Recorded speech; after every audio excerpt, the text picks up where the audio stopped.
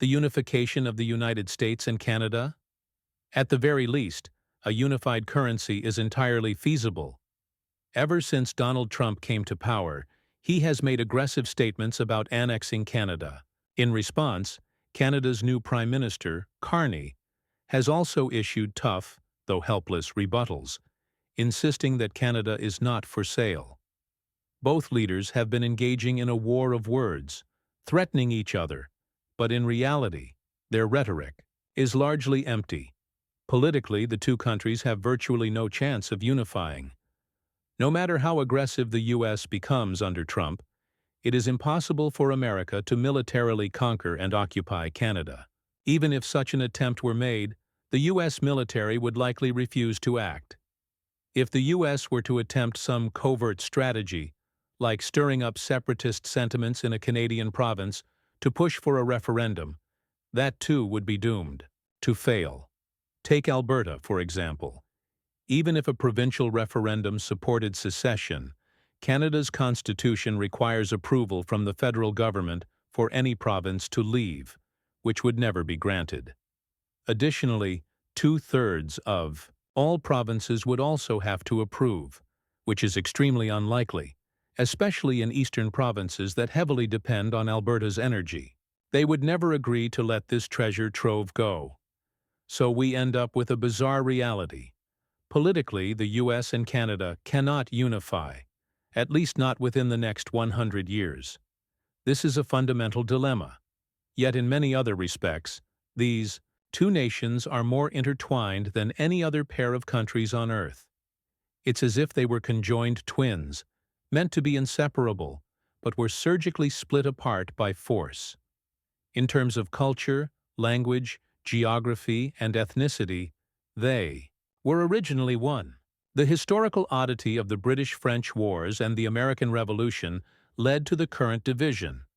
For over 2 centuries, the two nations have remained formally independent, yet deeply interdependent. Their border is essentially artificial. For more than 200 years, there have been almost no border guards, no military presence, completely undefended. This kind of open border is unmatched anywhere else in the world. It's a clear sign of their deep integration, interwoven lives, economies, and societies. From this perspective, the U.S. and Canada could very well form a single entity, at least economically. They could establish a North American economic union similar to the European Union. A practical starting point would be to unify their currencies. Creating a single currency would allow the two countries to form a fully integrated economic community, leading to mutual economic benefits. For instance, most of the U.S.'s refineries are built specifically to process Canada's heavy crude oil.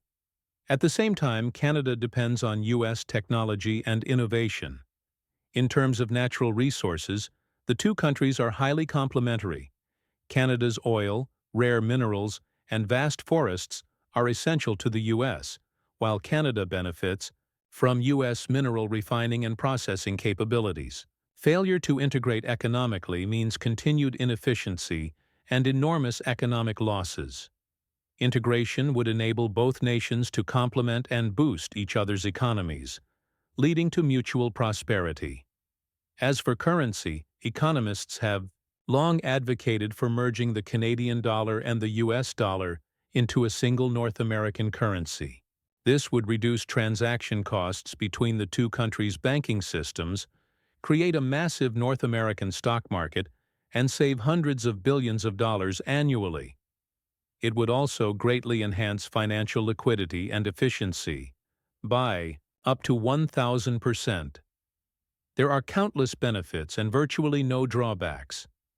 A unified currency would also make travel, trade, and economic activity between the two nations far easier, especially in the financial sector, encouraging deeper integration and stronger capital markets. Militarily, the two countries already cooperate extensively. They are perhaps the best example in the world of two nations operating as one in terms of defense. U.S. military aircraft routinely fly over Canadian airspace, and no one sees it as unusual. A key example is the U.S. Iron Dome system. Without Canada, it would be an incomplete project, or even unworkable. The system can't just cover half a continent. Like neighbors building a fence, one side can't build the whole thing alone without cooperation. If Canada participates, the Iron Dome will be stronger and more effective. Militarily, this illustrates the need for a unified North American defense structure. The two nations could combine their forces into a single, powerful North American military. Canada, in particular, is crucial. It controls the Arctic sea routes and airspace. Any nuclear missile launched from Asia, Russia, or China would almost certainly pass through Canada to reach the U.S. Canada is America's first and last line of defense. Without Canadian cooperation, American missile defense, space defense, or any version of a Star Wars program would be meaningless. For foreign policy and culture, there is even less distinction. The two countries have always acted in concert, sharing the same language, values, and cultural roots. Their worldviews are aligned, and their diplomatic efforts often overlap. There is no need to waste resources duplicating diplomatic institutions or cultural development programs. The two countries already share a fully integrated cultural system. Redundant structures are not only unnecessary, but represent massive waste. Full-scale cooperation across all sectors to form a North American Union, similar to the EU, would enhance both countries' security, create an unstoppable military alliance, and establish the largest economy in the world. No competitor could match such power. With unified border controls and military cooperation, North America would become the safest continent on Earth. Illegal immigration, drug trafficking, and human smuggling would be dramatically reduced or eliminated altogether.